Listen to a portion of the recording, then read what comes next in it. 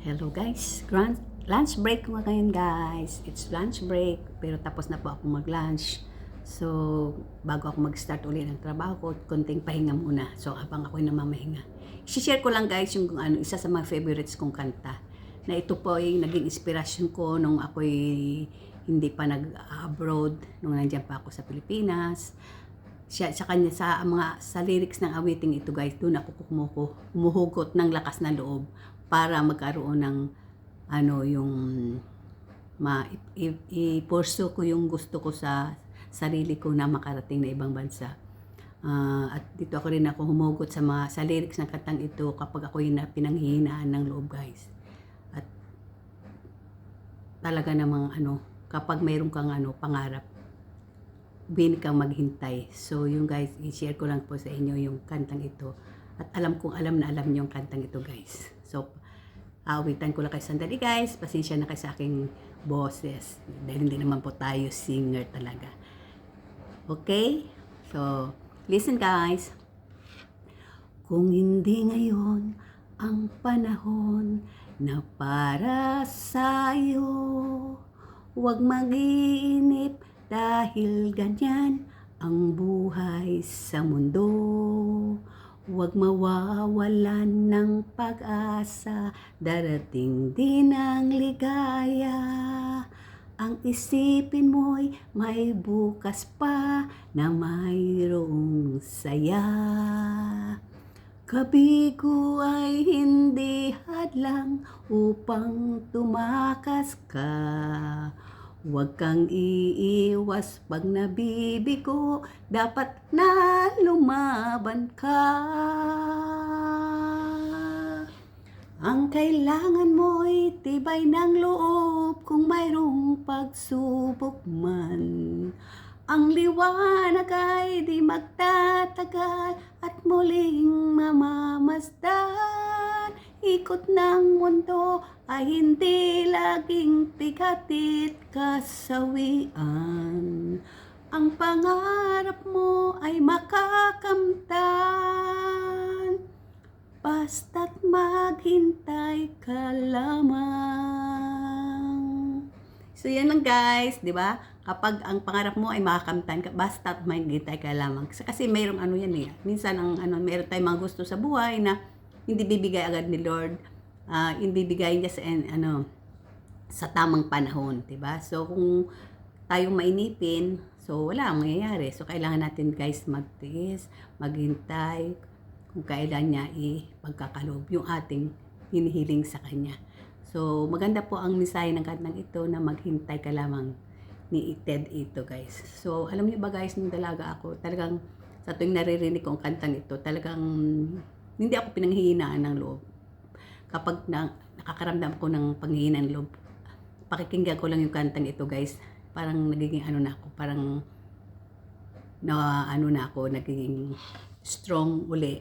Tapos parang doon ako nagkakaroon ng lakas na loob na pagpatuloy nga yung pangarap ko. So alam niyo guys, minsan hindi ko pinangarap makarating dito sa Japan dahil dati tumitingala ako sa langit, tinatanaw ko lang yung mga eroplano at sinasabi ko sa sarili ko na sana pagdating ng araw makasakay ako dyan. Pero alam niyo guys, talaga siguro in God's will talagang nangyari ang lahat. Pero minsan hindi ko talaga pinangarap. Naudyokan lang ako ng aking kasamahan dati sa trabaho dyan sa Pilipinas guys, na kung gusto ko daw mamasukan, kung gusto ko pumasok sa isang promotion, yun ang magiging way namin para makaalis papuntang Japan. So hindi naman ako nagdalawang isip guys na pumayag at sumama po ako sa aking kasama na sa trabaho. Naging kaibigan ko rin siya guys. So nagkataon naman yung manager doon guys sa promotion nun ay kababayan din namin, Ilongga. So mabait guys. Kaya ayun, nagtry akong pumasok. So natambay ako sa promotion guys mga 1 or 2 years hanggang sa dumating po ang visa ko. First time ko akong umalis guys ay mag-isa lang ako guys. Walang akong kaalam-alam na salita ng Japanese. Pero nilakasan ko loob ko guys. Kasi sabi ko noon sa sarili ko, bahala na. Sabi ko, kahit kung ano man mangyari sa akin, total, wala naman sa mga kamag-anak ko ang nakakaalam sa ng mga panahon na yun na ako'y ng ibang bansa. Kaya sabi ko sa sarili ko noon, bahala na. Pero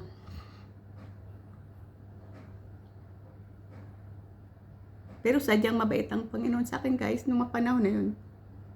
Dahil, kahit mag-isa lang akong bumiyahe noon, unang biyahe ko ay doon sa bundok ng Japan guys. Talagang as in, napakatataas ng bundok na madadaanan. At na yung sumundo sa'yo ay promoter na hindi ko mo kilala. So kung tutusin guys, kung talagang gusto ka ng kanyang gawa ng masama or rapin kanya sa gitna ng daan, pwede niyang gawin guys. Pero siguro nga talagang denied din ako ni Lord nung mga panahon yun guys. Kaya nakarating ako guys sa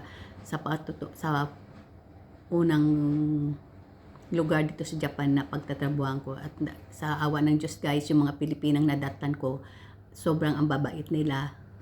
First day ko pa lang sa trabaho ay sinasama na nila kung saan para daw hindi ako malungkot. So, yun naging start guys na dito ako sa Japan. So, nakatatlong biyahe ako guys. Tapos, yun, na ako dahil sabi ko, nung mga panahon, yung third timer ako dito sa Japan guys, medyo may edad na ako noon. So, sabi ko kung hindi ako, kung uuwi ako ng Pilipinas, sabi ko baka hindi na ako makabalik. So, yun guys, hanggang ngayon nandito na ako sa awa ng Diyos. Permanent residence na po tayo dito. Pero hindi ibig sabihin permanent residence ka dito ay napakasarap ng buhay. Mahirap din po ang buhay namin dito guys. Iba-ibang kapalaran ng mga Pilipina dito. Mayroong mga Pilipina na umaasa sa tulong ng gobyerno. Meron namang middle lang, yung katayuan ng buhay, nakakaraos sa araw-araw. Meron namang sobrang siniswerte. So, ganun lang.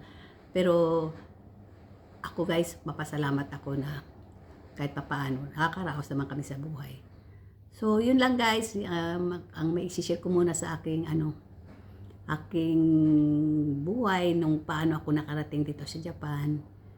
At sa next, ko na lang guys, videos, ikukwento ko na lang uli guys kung simula kung paano ako napunta ng Japan. So maraming salamat guys. Sana nagustuhan niyo ang aking konting chika. At sabi ko nga sa inyo, pasensya po ako sa kanta. Basta inspired na po ako sa kanta na yan. Lagi ko po yung kinakanta kapag ako'y nalulungkot. So maraming salamat ulit guys. Time to bye-bye na. Thanks for watching guys. Sayonara. God bless po sa inyong lahat. Bye-bye.